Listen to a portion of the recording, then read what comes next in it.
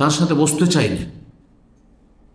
হ্যাঁ, বড় হওয়ার পরে শিক্ষিত হয়েছে, একটু পয়সাওয়ালা হয়েছে, অথবা একটা ভালো চাকরি পেয়েছে, তখন আর বাপ মায়ের, বুড়ো বাপ মায়ের পাশে বসাটা যেন তার জন্য সে ছোট হয়ে যাচ্ছে, সময় দিচ্ছে না, নিজের রুমে ঢুকে থাকছে, স্ত্রীকে সময় দিচ্ছে, কিন্তু বাপ মায়ের সাথে 5 মিনিটও বসা সে যেন মানহানি মনে করছে অথবা বসতে চায় না। এগুলো মানসিক কষ্ট তো, মানসিক কষ্ট তো, সেটা হচ্ছে বড় কাবিরা গুনাহ, জাহান্নামে যাওয়ার কারণ। এত সহজ বিষয় নয়।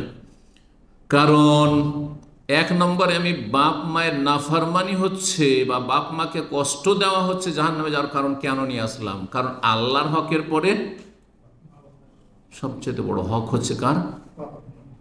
বাপ মায়ের।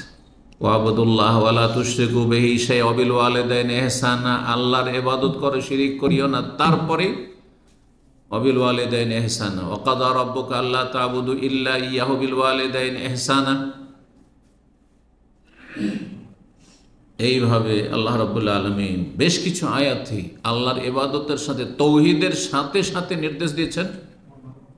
সেই জন্য যদি কারো আকীদা পুরোপুরি একবারে সালাফি আকীদা মানা যায়, ইবাদত বন্দেগীতে কোনো ত্রুটি নেই, মাশাআল্লাহ, ফরজ ওয়াজিবে কোনো ত্রুটি নেই, বরং সুন্নত নফল মেলা তাহাজ্জুদ গুজার, বাপ মাকে মানসিক শারীরিক কষ্ট দেয়, জাহান্নামে যেতে হবে। আল্লাহ হেফাজত করুন। যদি বিনা তওবাতে চলে যায়, আর এই তওবার জন্য শর্ত হচ্ছে বান্দার হক, যেহেতু আল্লাহর কাছে ক্ষমা চেয়ে হবে না, বাপ মায়ের কাছ থেকে ক্ষমা নিতে হবে, আর আল্লাহর কাছে ক্ষমা চাই। কারণ আল্লাহর হকও নষ্ট করলেন, বাপ মার নাফরমানি করে, কারণ আল্লাহর হুকুম অমান্য করেছেন, আর বাপ মাকে কষ্ট দিয়েছেন, সুতরাং বাপ মায়ের কাছেও তাদের